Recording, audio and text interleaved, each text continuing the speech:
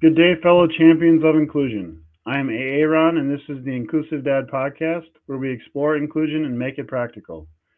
Thank you for taking time out of your busy schedule to join me in exploring ways we can create a more inclusive world together. You are important, you matter, and you can make a difference. Today, my guest is Matt Melvin. Welcome to the show. Thank you for having me on the show. I really appreciate it. Yeah, for sure. Why don't you just start us off by telling me a little bit about yourself? Well, my name is Matt Melvin. I was born in Kingsborough, Massachusetts in 1981. My parents made the unfortunate decision in 1988 to move up into Vermont, and it has been one of the worst mistakes they could have ever made. It's very isolating.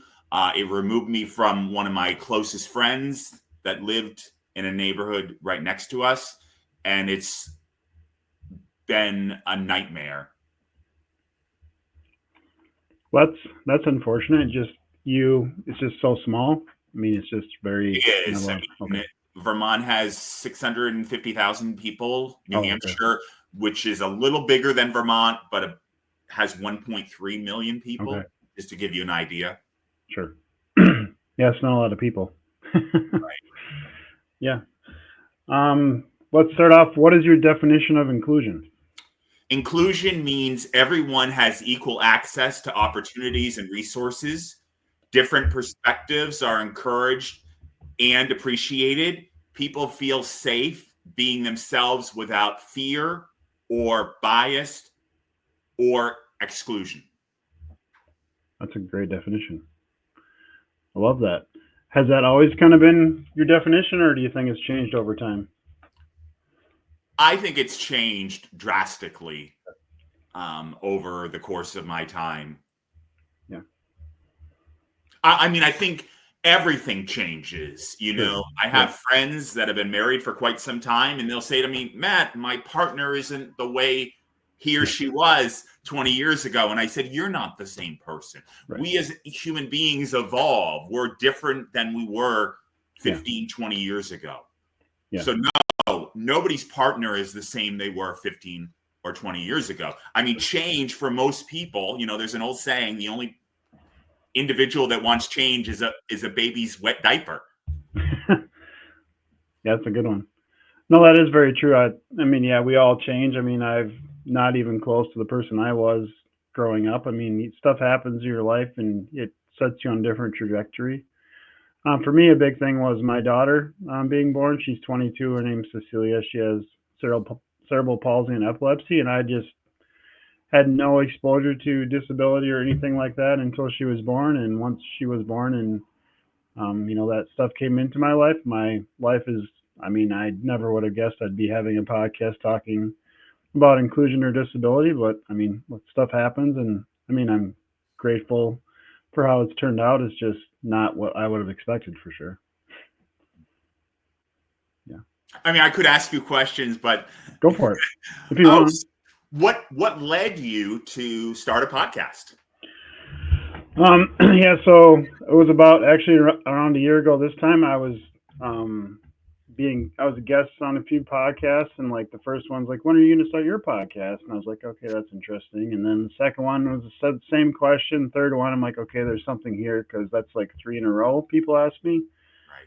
So I just threw something out on Threads like, hey, thinking about starting a podcast, you know, talking to people with disabilities or parents or people connected to disability. Would anybody be interested? And I had like 75 responses within a couple hours. Made like a form to collect information. I had like 50 to 75 people submit stuff in the first 24 hours. So I was like, okay, obviously there's a need, or there's people that want to share their stories. So that's kind of how I started it. But yeah. I mean, I have autism and I'm on the Asperger's spectrum. And okay. I get asked the same thing. When are you going to start a podcast?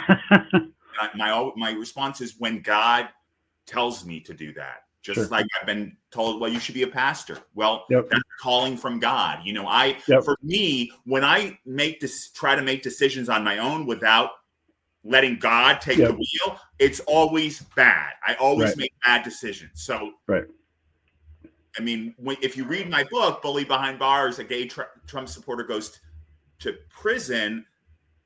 every bad decision that was made, that was without God. It wasn't until I had my near-death experience on 495 in August of 2015 that I said, wait, I got to give up the stealing. I got to give up dishonesty. And I got to let God take the wheel. Just like, Carrie Underwood's song, Jesus, take the wheel. Yep. Yeah.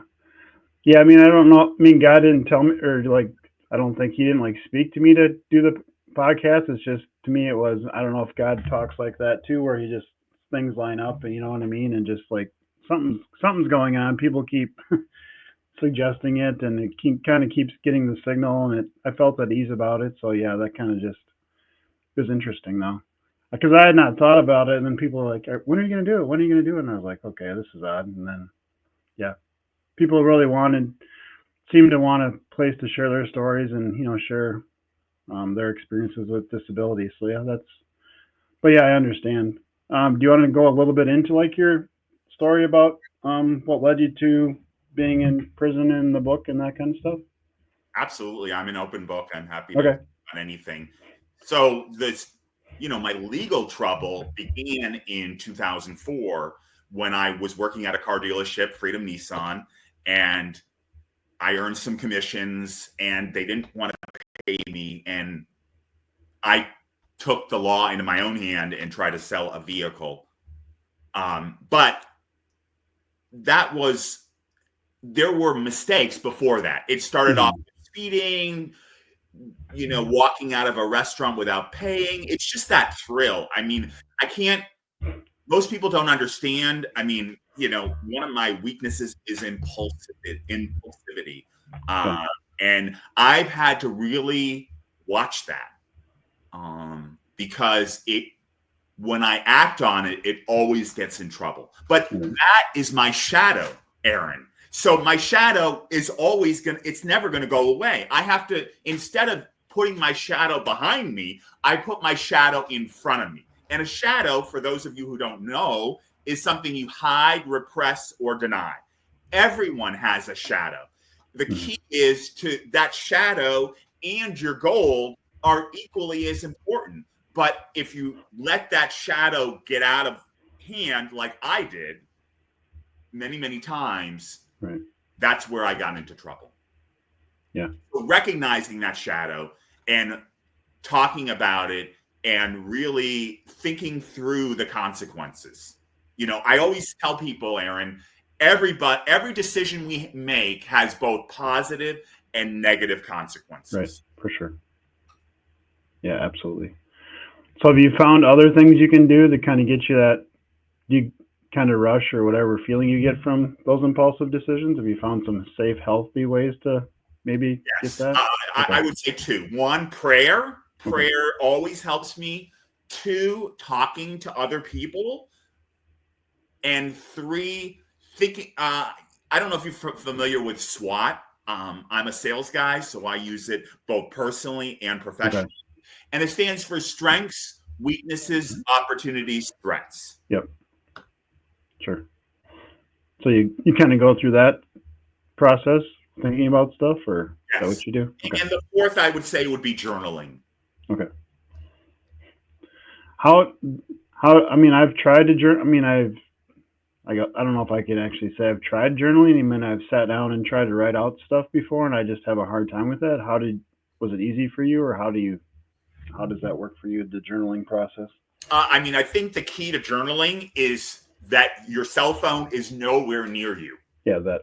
Because that, to me, is the biggest addiction that people have. Right. I mean, I walk around and I see people that it's almost like it's part of their body. Right. It's scary. I think it's really important for people to get away from the cell phone. Turn it off.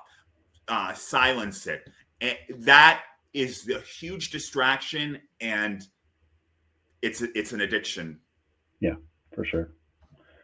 So do you just get up right away in the morning and journal before you look at anything, or what's your process? Yeah, for me, the easiest time is in the morning when there's less distractions going on. Yeah. I feel like if I want, I should try it, but I need to do it as soon as I get up and just do it. Otherwise, you like look at your phone or get on the computer, and all of a sudden it's an hour later, and you're like, I haven't done anything, and my brain's already spending too much. It's a discipline. Yeah. A year ago, I made the decision to start praying before meals, and that was really hard. But over time, as I started doing it religiously, it became easier. So Right. habit Yeah. is always harder in the beginning Right. and takes time to develop. Right. Prayer, same thing. I mean, most pastors spend less than 4 minutes praying, and most disciples or churchgoers spend less than 2 minutes praying each day. And Yeah. the Bible says you should pray without ceasing. Yes. So it's very, very hard. Yeah. It's a lot easier to watch that TV, to look at news. Those don't require really any thought. Right. And it's instinct for human beings to try to take the easy way out of most things. Yeah. So I grew up Baptist, so spent a lot of time in church growing up. What did you go to church growing up? I was raised Catholic. I did Okay. the whole catechism courses, Sure. but I was, and then I went to prison in 2004. I met a couple of gentlemen. I was rebaptized. I had already been baptized, when I was very, very young. But I was a lukewarm Christian. And what I mean by that is that I was checking boxes. I was like punching a movie ticket. And that is not the person I am today. Today, it is absolutely the most important thing in my life. Right now, I've been studying every book in the Bible. And right now I'm following a pastor out of Virginia, Pastor Gary Hamrick. And he and his sons, who I just love, that his sons are following in their father's footsteps to pastor a church. And we're just going through 2 Kings, and it's just amazing how relevant what's going on in 2 Kings, 1 Kings is so relevant today. That's interesting. Yeah. What is like 1st or 2nd Kings talk about that's similar or relevant to what's going on today? It's talking about the miracles of God. Okay.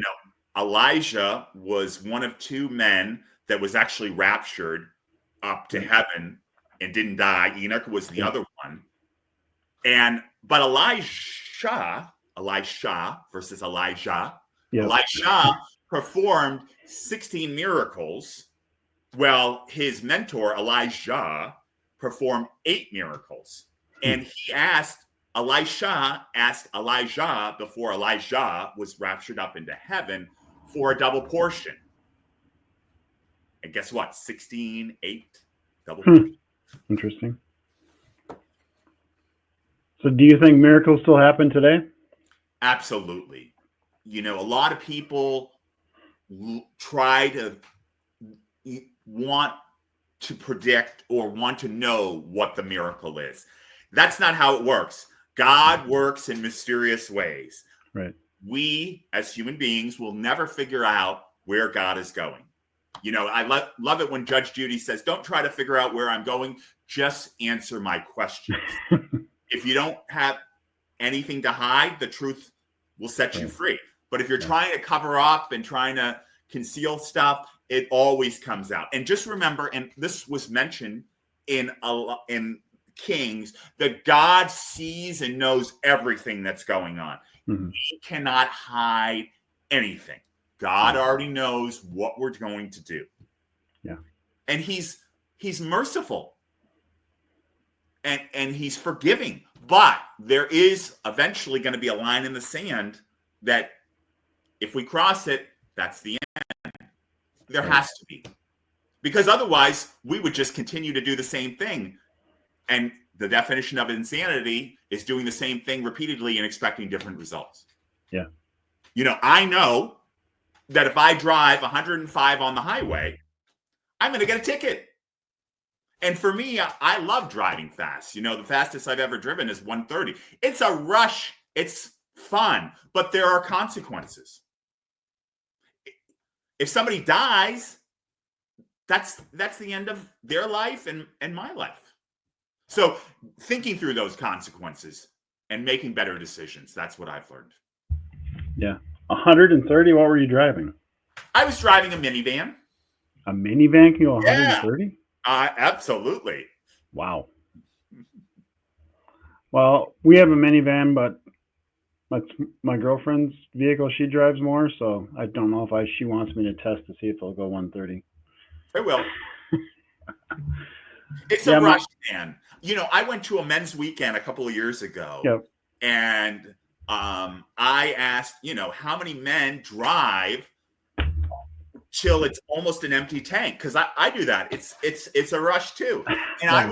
the facilitators had never heard of this. They're like, this guy's probably one in a million. There's actually a lot of men that like to drive on almost an empty tank to see if they can get to a gas station. Same principle, just one's you're not going to get a ticket, and the other I probably will. Yeah. But it's a rush, man. It's I am fearless. I'm not scared of anything, and so I have to rein in that because that can hurt me as well. Yeah. The cop who pulls me over, he doesn't care that I'm fearless. Yeah.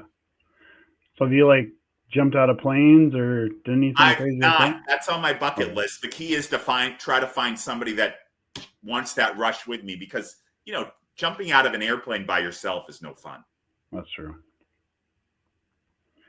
So what besides driving fast, have you done other I don't know what else, hot air balloons or? I've not. I don't know. I feel like I'd be better at I'd probably have a better time jumping out of a plane than a hot air balloon. I'm not sure why, but maybe because the jumping out is you jump and you're falling and it's over, instead of the hot air balloon. I mean, they're safe. It's just, I don't know why. I have some things about one of my weird quirks is I don't like flying in an airplane over water, and it gets me more nervous than over land. But I'm if you crash, you're probably not making it either way. So I don't know what the water piece has to do with it. But I think turbulence on an airplane is a lot of fun. Okay, yeah, that's funny. If the plane is about to be turbulent, I try to get up and use the bathroom, even if I have to use the bathroom.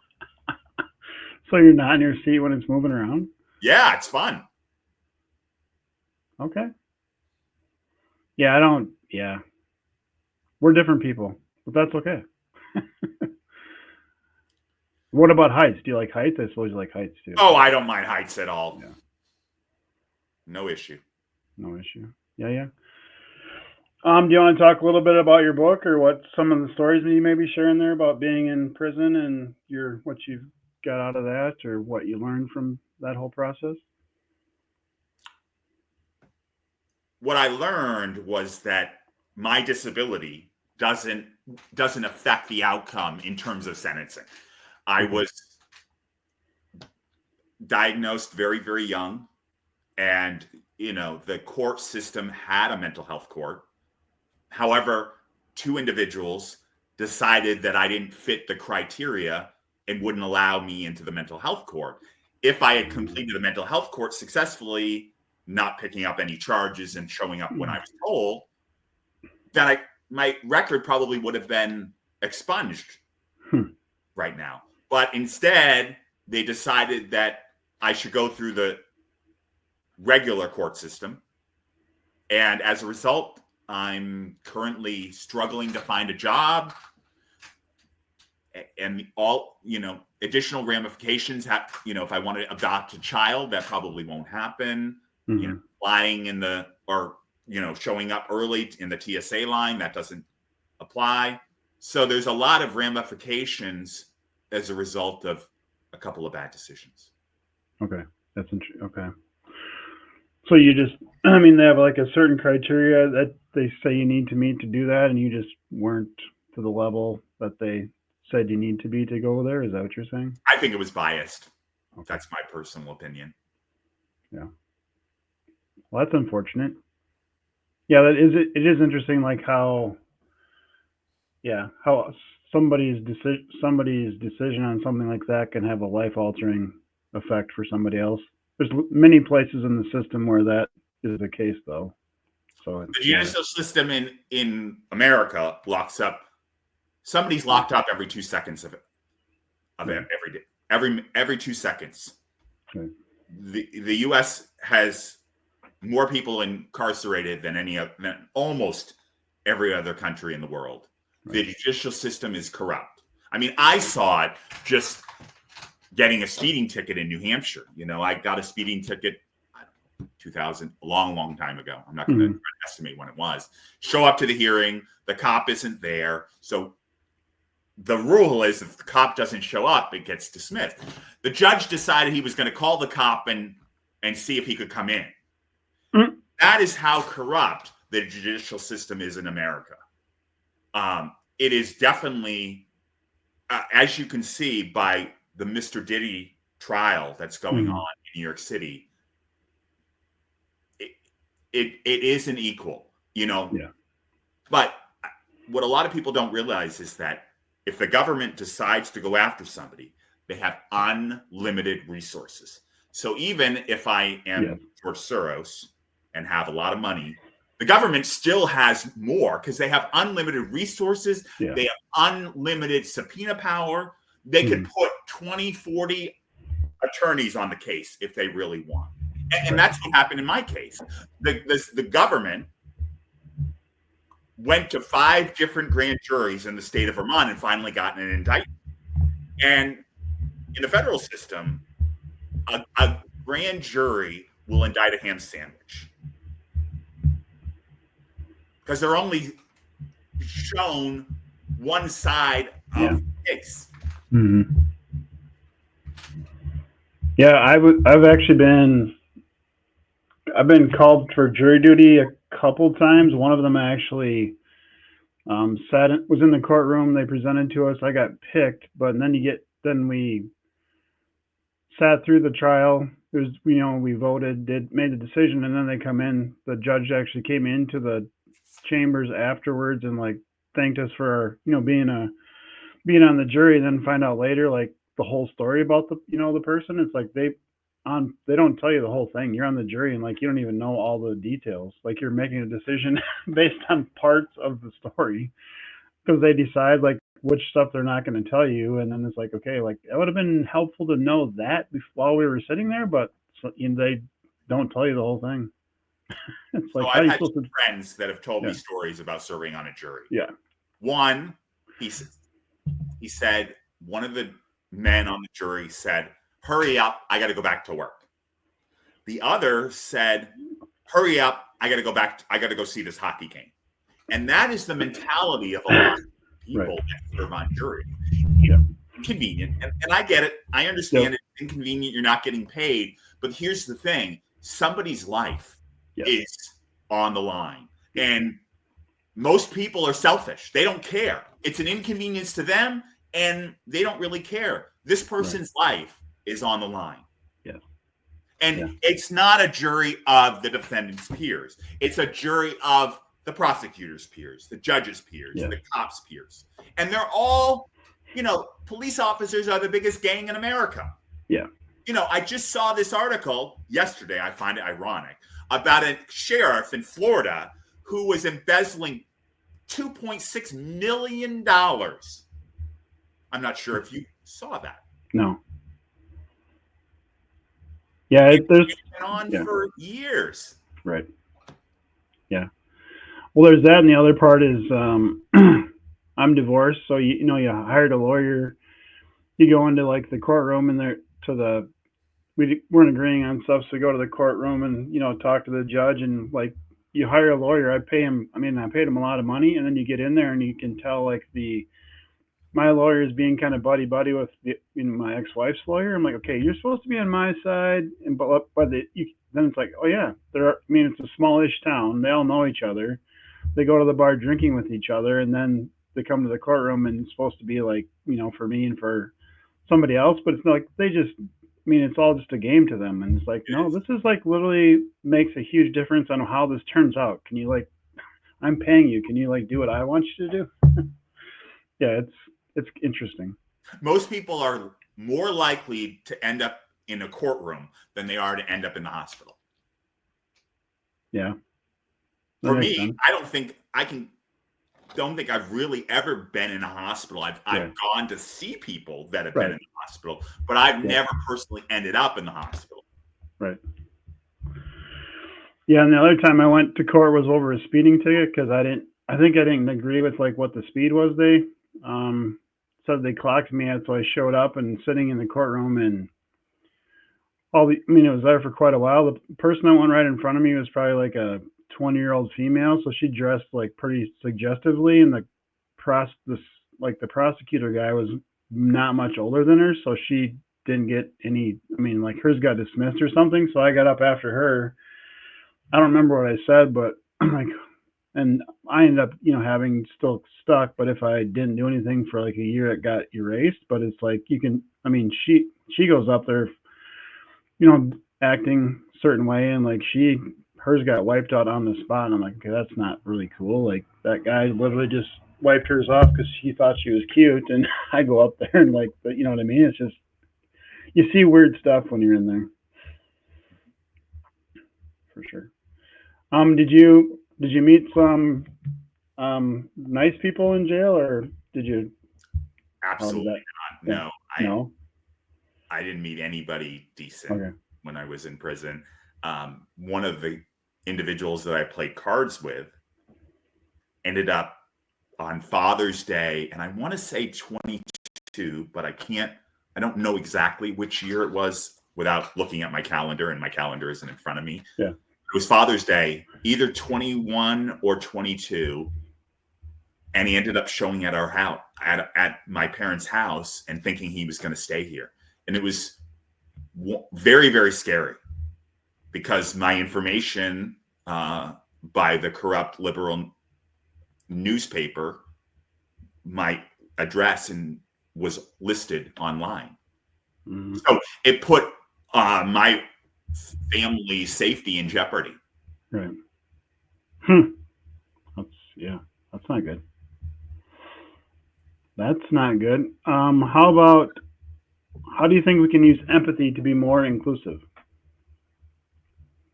Well, to me, empathy is putting yourself in another person's shoes. Yep. And that is very, very hard. Yep. True. Yeah. That is a good point, because how do you actually put yourself in their shoes? You can think you're getting close to it, but it's hard to do, for sure. It's very, very hard to do. And forgiving somebody that's done you wrong is even more and more challenging. But I like to share the quick story about when Judas was at the table and Jesus knew that he was going to betray him. However, Jesus treated Judas the same way he treated everybody else. And that's really what's important. And it's hard because we have that flesh, and that flesh says that person did me wrong, I'm going to do them wrong. It's always this tit for tat. Yep. But taking the higher road, and I believe that's a country song, is always the better thing to do. Right. And it's hard. It is hard. Forgiving somebody who's done you wrong. Yeah. Yeah, it's definitely not easy, for sure. Maybe talk a little bit about your book, and I mean, how's the reception been for your book? And you going to write any more books, or what's? Everybody asks me that. I don't know. The reception has been very, very slow, and the reason is because nobody knows who I am.